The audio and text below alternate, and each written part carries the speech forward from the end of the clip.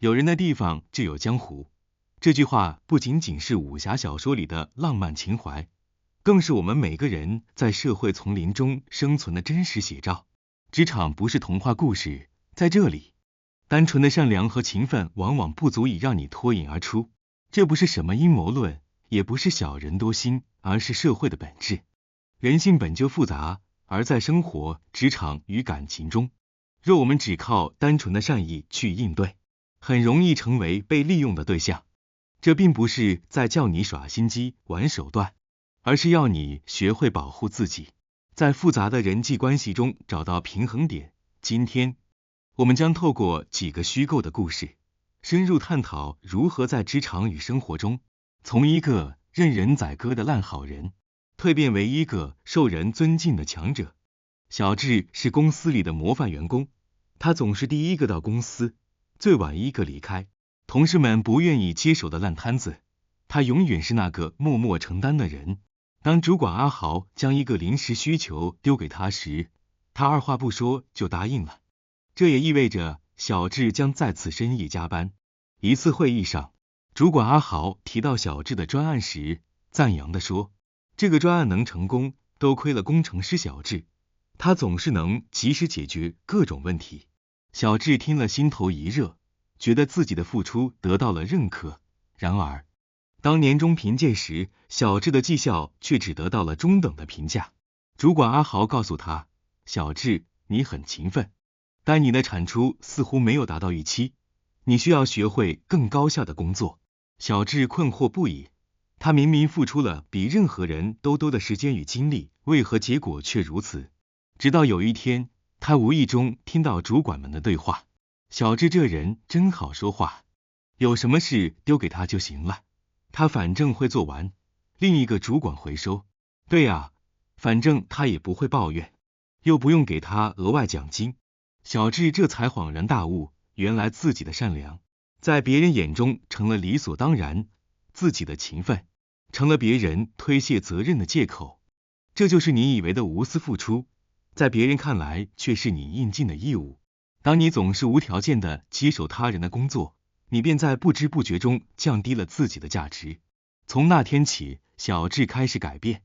当主管阿豪再次丢来一个紧急需求时，小智没有立即答应，而是冷静地问，阿豪，这个需求看起来很紧急，但我的手头上有一个年度重点专案，如果我接了这个临时专案，年度重点专案的进度可能会延迟，你觉得哪个比较重要？主管阿豪愣了一下，他从未见过这样的小智。阿豪只能尴尬地说，还是年度重点专案比较重要，我再找找看有没有其他人能帮忙。小智并不是拒绝帮忙，而是主动权掌握在自己手里。他让对方明白，自己的时间和精力是有价值的，不是随时可以被利用的。他学会了设定界限，让别人意识到，想要获得他的帮助，需要付出相应的成本。这就是为什么懂得说不的人，反而更能获得他人的尊重。小丽是公司的人事专员，性格活泼开朗，和所有人都处得来。每次部门聚餐，她总是主动发起，热情张罗。然而，当她提出想在年底加薪时，老板却以公司营运状况不佳为由拒绝了。尽管她知道老板最近买了一辆豪车，小丽感到很委屈。她明明和老板关系这么好，为什么老板却不愿意为她破例？她的闺蜜是一位资深行销经理，告诉她，小丽，你犯了一个错误，你太容易被得到，所以他们不懂得珍惜。你就像是免费的午餐，大家都觉得你随时都在，所以没有人会感到你的重要性。这就是人性中稀缺的魅力。人们总是对那些难以得到的东西充满渴望，无论是限量版的球鞋，还是求而不得的爱情。小丽听从了闺蜜的建议，她开始有意的减少在公司内的热情表现。部门聚餐时，她不再是那个主动发起的人，而是偶尔参与。当同事们遇到困难，她也不再是那个有求必应的热心肠。她开始专注于自己的业务，将自己的时间和精力变得有价值。当老板想找她临时处理一份文件时，她没有像以前那样立刻答应，而是平静地说，老板，我现在正在准备一个重要的人力资源报告，可能需要1个小时。您看看这份文件是不是非常紧急？如果可以，我处理完报告后立刻帮您处理。老板再次愣住了，他感觉到小丽的变化。当小丽不再是那个随时待命的人时，老板反而开始注意到她的缺席。他开始意识到，小丽并不是一个可有可无的人，她的时间和精力是有限且宝贵的。最终，小丽在下一次的考核中获得了加薪和晋升。适度的冷落并非是恶意的疏远，而是一种有效的沟通策略。它让对方意识到你的独立性和重要性，从而重新审视你们之间的关系。心理学家曾说过，成年人的相处像是一场戴着面具的舞会，每个人都带着隐形的武器在互动。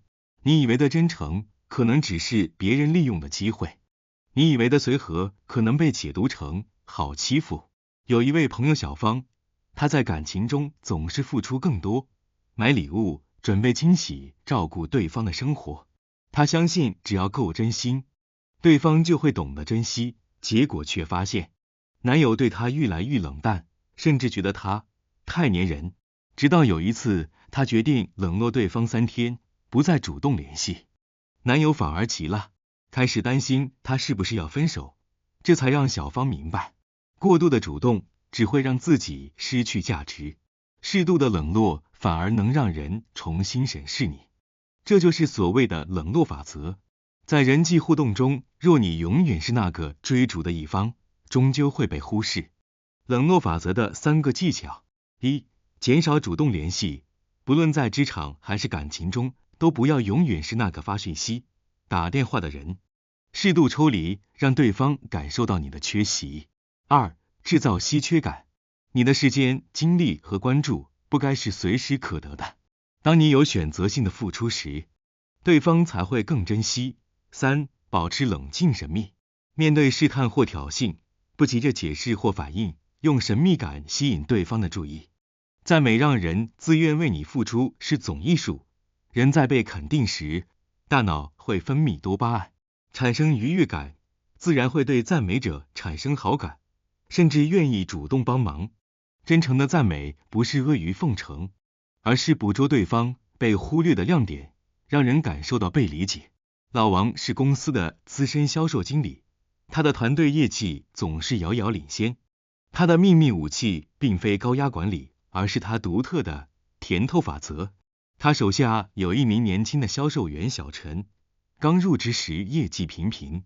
老王没有直接责骂他，而是对他说：小陈，我听说你昨天跟了一个大客户，虽然没有成功，但你对产品的介绍非常详细，连一些资深销售员都做不到。我对你很有信心，我相信你只要再加把劲，一定能拿下这个客户。老王的一番话让小陈备受鼓舞，他从来没有想过，即使失败了也能得到主管的赞扬。在接下来的日子里，老王总是会给予小陈一些甜头，例如1. 给予小额奖励，当小陈完成一个小目标时，老王请他喝饮料，并附上鼓励的话语。2. 制造竞争氛围，老王会在团队内部举办小型竞赛，让大家在竞争中获得成就感。3. 延迟满足，当小陈完成一个大单时，老王会先给予口头赞扬，并在几天后才宣布给予额外奖金，让小陈在期待中保持热情。这些甜头就像是钓鱼时的鱼饵，让小陈对下一次的成功充满了期待和幻想。他不再是为了工作而工作，而是为了获得老王的认可和奖励而努力。最终，小陈在老王的带领下，成长为一名优秀的销售员。这就是甜头法则的魅力。与其用威胁和恐吓来驱动他人，不如用诱惑和鼓励来引导他人。他利用了人性中对希望的渴望，让对方心甘情愿地为你付出。赞美不是奉承，而是一种策略，它能够激发对方的积极性，让人心甘情愿投入更多。这是比命令更高明的管理方式。好人要学会优雅的翻脸。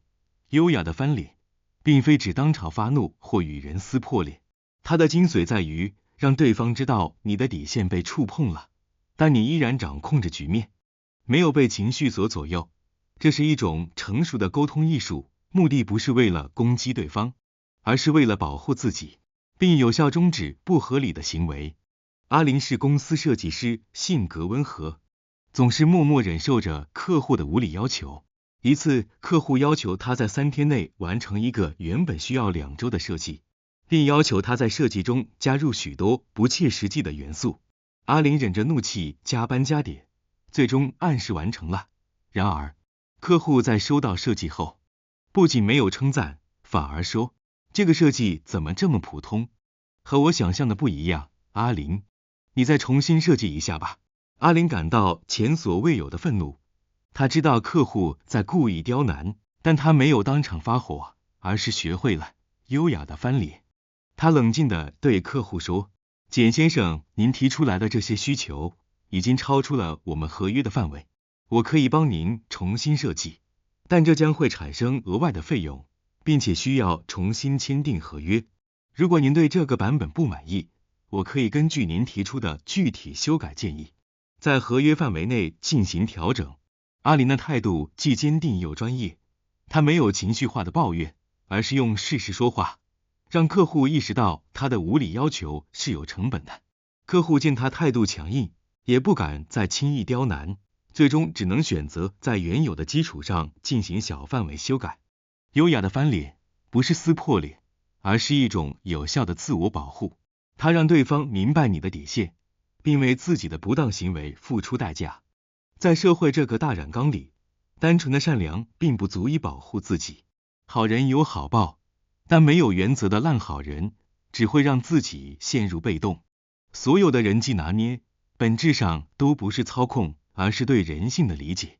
真正的强者，并非是那些心狠手辣、不择手段的人，懂得洞悉人性，掌握人际交往的底层逻辑，并以此为武器，优雅地应对生活中的各种挑战。